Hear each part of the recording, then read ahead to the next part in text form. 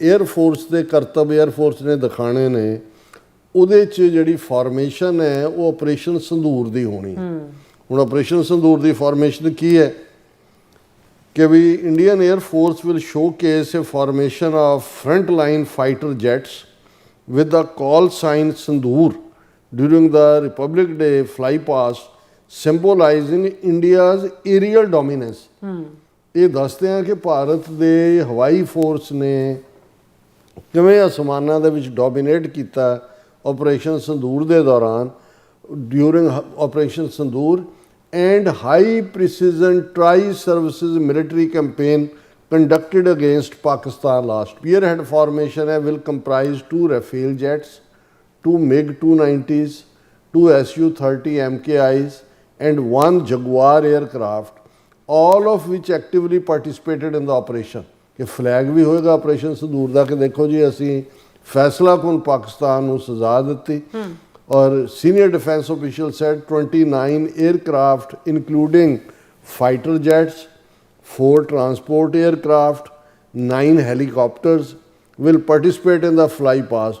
For the first time, flypast will be conducted in 2 segments, the first during the march past and second after the parade. ਲੋਕਾਂ ਨੂੰ ਤੇ ਜੇ ਉੱਥੇ ਇੱਕ ਅੱਧਾ ਪੁੱਠਾ ਹੋ ਗਿਆ ਜਿਵੇਂ ਉਹ ਦੁਬਈ ਵਾਲੇ 'ਚ ਹੋਇਆ ਤੇ ਲੱਗ ਪਥੇ ਜਾਣਗੇ ਇਹਨਾਂ ਨੇ ਤਾਂ ਬੈਂਚਾਂ ਥੱਲੇ ਲੁਕੇ ਹੋਣਾ ਜਿਸ ਕਿਸਮ ਦਾ ਕਰ ਰਹੇ ਨੇ। ਔਰ ਹੁੰਦਾ ਹੀ ਹੁੰਦਾ ਇਸ ਕਿਸਮ ਦਾ ਜਦੋਂ ਉਹ ਫਰਾਡ। ਔਰ ਤੁਸੀਂ ਇਹਨਾਂ ਦਾ ਦੇਖੋ ਕਿ ਵੀ ਨਾਂ ਕਿਹੜੇ ਚੁਣੇ ਨੇ ਉਹਨਾਂ ਨੇ, ਮਲਟੀਪਲ ਫਾਰਮੇਸ਼ਨਸ ਕੀ ਹੋਣਗੀਆਂ, ਬਿਲਕੁਲ ਹਿੰਦੂਤਵਾ। ਜਦੋਂ ਅਸੀਂ ਕਹਿੰਦੇ ਆ ਵੀ ਹਿੰਦੂ ਨੇਸ਼ਨ ਬਣ ਚੁੱਕਾ, ਕਹਿ ਰਹੇ ਸੰਦੂਰ, ਧਵਜ, ਪ੍ਰਹਾਰ, ਗਰੜ, ਗਰੜ ਪੰਛੀ ਜਿਹੜਾ ਗਰੜ ਪੁਰਾਣ ਪੜ੍ਹਦੇ ਨੇ ਉੱਥੇ, ਅਰਜੁਨਾ, ਵਰੁਣਾ ਪਾਣੀ ਦਾ ਦੇਵਤਾ, ਐਂਡ ਬਜਰੰਗ, ਬਜਰੰਗ ਬਲੀ ਕੀ ਜੈ, ਆ ਉਹਦੇ ਨਾਂ ਨੇ। ਉਹਨਾਂ ਨੂੰ ਹੋਰ ਕੋਈ ਜਿਹੜਾ ਡਿਕਸ਼ਨਰੀ ਚੋਂ ਜਾਂ ਇਹਨਾਂ ਦੀ ਕੋਰਸ ਬੁੱਕ ਚੋਂ ਨਹੀਂ ਲੱਭਿਆ। ਫਿਰ ਉਹਨੇ ਕਰਤੱਵਯ ਪਥ ਉਹਨੂੰ ਕਿਹਾ।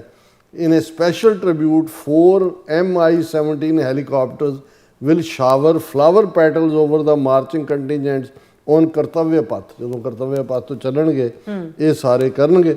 ਔਰ ਇਹ 77th ਰਿਪਬਲਿਕ ਡੇ ਹੈ ਔਰ ਪਹਿਲੀ ਵਾਰ ਹੈ ਕਿ ਮਿਲਟਰੀ ਕੈਪੇਬਿਲਿਟੀ ਇਸ ਲੈਵਲ ਦੇ ਉੱਤੇ ਦਿਖਾਈ ਜਾਏਗੀ।